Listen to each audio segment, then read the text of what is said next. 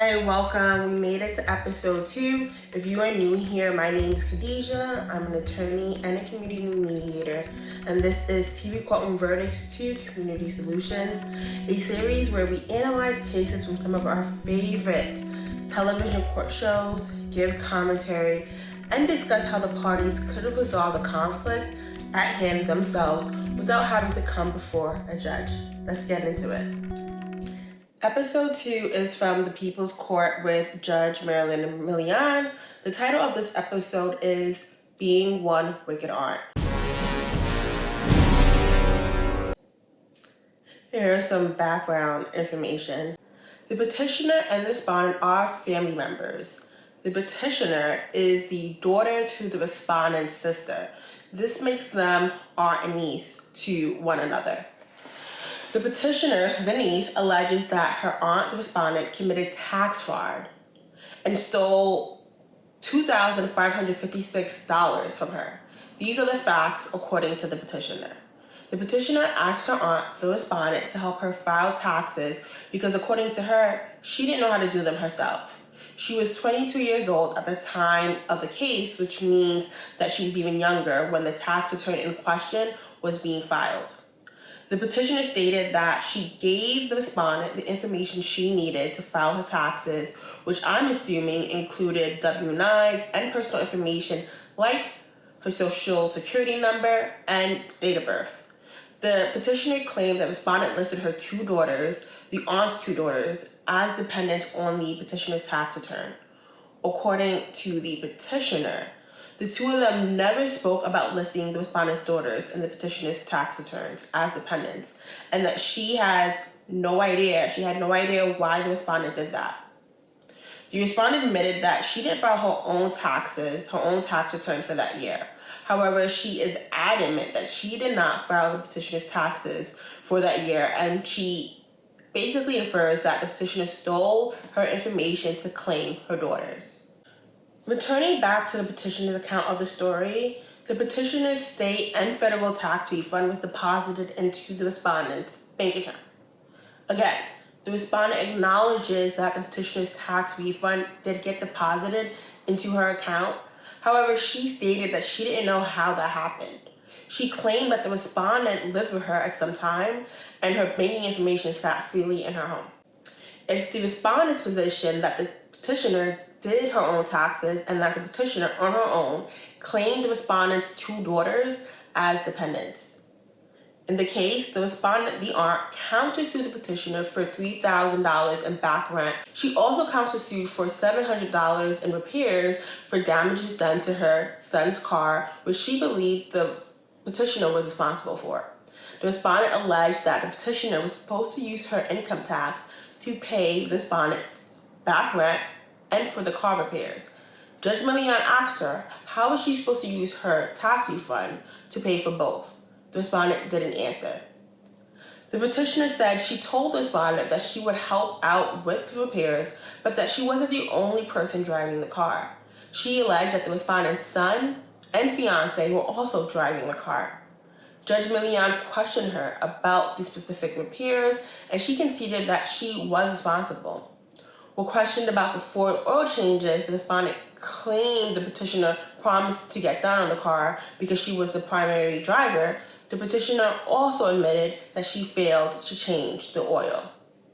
During the trial, it came out that the petitioner's newlywed husband and the respondent had some exchange of words that really made me clutch my imaginary pearls. According to the respondent, the husband told her that she hopes that she dies from internal cancer from the inside out. The husband admits to making the statement, but he claims that he made it after the respondent told the petitioner to have a miscarriage. Earlier in the case, Judge Milian told the petitioner that her family has been there from the beginning and that her husband is new to the picture.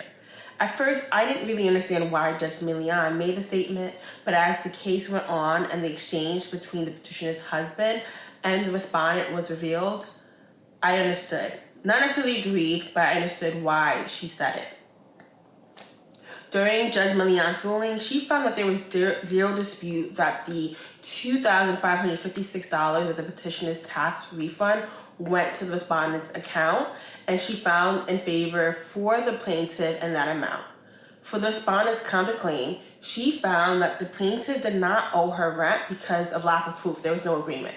However, she did find that the plaintiff owed money for car repairs and oil changes in the amount of $826.52. At the end, a judgment was made for the petitioner in the amount of $1,729.38.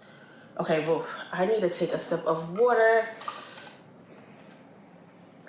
There were a lot of moving parts to this case, and the background information was quite extensive.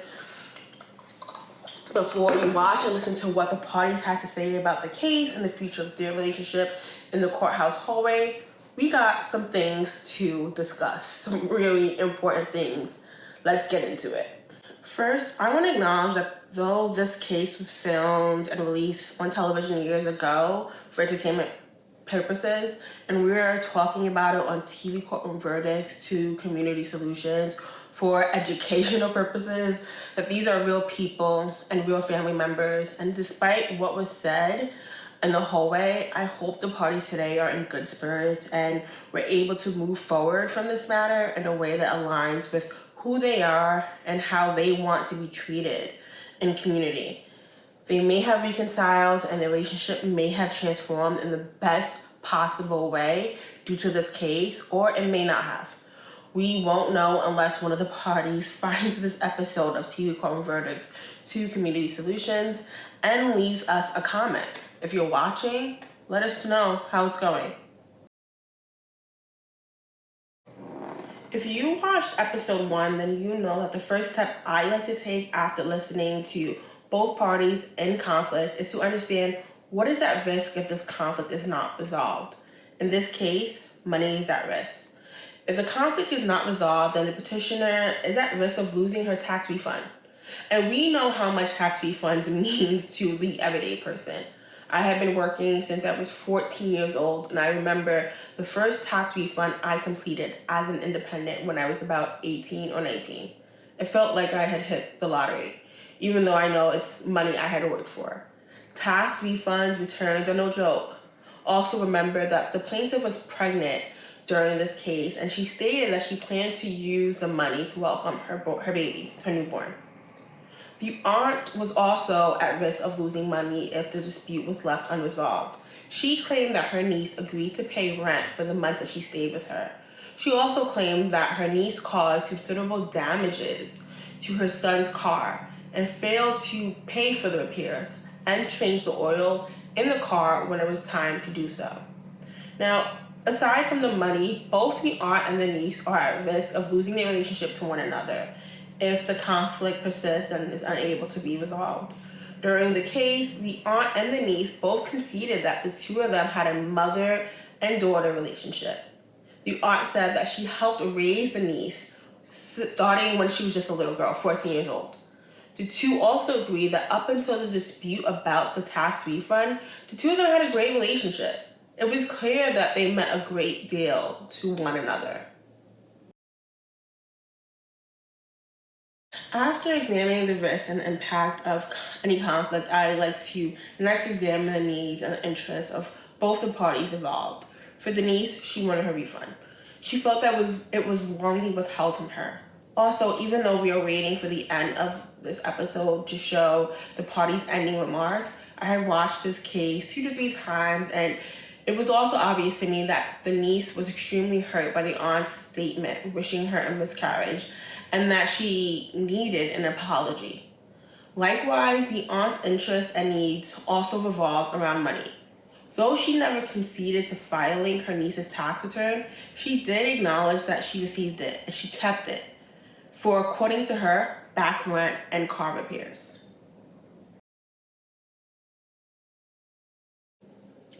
Overall, I agree with Judge Milian's verdict, and I was extremely happy that she didn't give her customary cradle-to-grave speech she tends to give when the litigants are family members, typically sisters. Cradle-to-grave is a saying that suggests that 2 or more people should be thick and thin from the beginning to the end simply because they are related. While I agree that family members should try their best to stay close to one another and ride out life's sun showers and storms, I don't think it should come at the expense of one's emotional, mental, or physical well-being.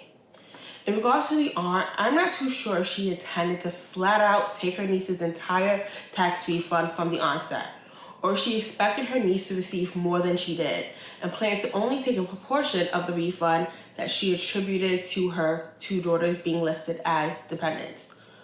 But it is obvious to me, just like it was obvious to Judge Milian, that she indeed filed her niece's tax return and kept all of the money, which is simply unfair. While watching this episode, I couldn't help but feel that the aunt felt that she was entitled to the tax return because of the things she had done for her niece in the past. Like I said earlier, the aunt was a mother figure to the niece. The niece said that she used to call her mom, and generally mothers assist their children as they grow up. However, our relation to one another and the things we do for each other is not an invitation for future mistreatment. If the aunt truly felt that she deserved all or some of the niece's tax refund, she should have expressed that to her niece before she agreed to help her file it. And regardless of the niece's yes, you can have it, or no, it's my refund, she would have been able to make an informed decision. And in return, the aunt would have been able to show that she not only cared for her niece, but that she respected her. We saw it play out between the aunt and the niece in this case. However, in some households, children and adolescents are treated as, dare I say it, an IOU, and not people who deserve nurture and care just for existing. Direct communication, honesty, respect, and consideration. And when they are deprived of those necessities, they grow up to be mean, entitled adults who, when they don't get what they want, say things like, "I hope you have a miscarriage," to their pregnant nieces. And in no way, shape, or form am I saying that the niece did not play a role in the destabilization of the relationship. However, there are ways to recoup back rent and car repairs that don't involve stealing and wishing physical and psychological harm. The niece's husband's statement wishing cancer on the aunt was also extremely hard to hear and harmful. It is evident that members of this family at the time of this case were not afraid to use their words as weapons. And unfortunately, though everyone is capable of forgiving, let's be honest, some words are hard to forget. I think most of us can remember a time where someone said something to us, whether good or bad, when we were children, kids, that we still think about today. And if you are a water sign, I know that to be absolutely true for you. Just like we have physical attachment styles in our relationships to other people, I feel like our brains have attachment styles to other experiences and memories. This case reminded me of a book that absolutely changed my life and how I treated myself and others. I kid you not, the first time I read this book, I felt extremely liberated from my past, the things I have said and done, the things that have been said and done to me. It made me want to be a better person to myself and to other people, despite their age, profession, or what I felt they could do for me at the time, or what I was feeling that day. It wasn't until I graduated law school that I had a very, to say the least, humbling experience where I was able to realize how I unconsciously mistreated other people and in return accepted mistreatment from others due to systematic and cultural power dynamics that, when pointed out to me, I actually did not want to adhere to. And I believe an unconscious power dynamic was playing a role in the relationship between the aunt and the niece. Think about it. Let's say that this case was between the aunt and, instead of the niece, a great-grandmother. Do you think the aunt would have just taken the refund without any communication and hurled harmful statement to her? I highly doubt it. I do feel like in families that operate on power dynamics that stem from societal and cultural practices, older folks are more susceptible to mistreat members, younger members of the family, or those who may be disabled, because they probably experienced the same treatment when they were younger, and because they think that it's the only way they can experience power or greatness. But it's not. Anyone can experience power by accomplishing personal wellness goals, by defying the odds and healing and living in their authenticity. That's where the real power is gained, not by controlling others. Now, with all that being said, I know more than anyone that there is space between knowing and wanting to do things differently, be different, and actually following through. And that's where this book comes in. This book was my foundation for change.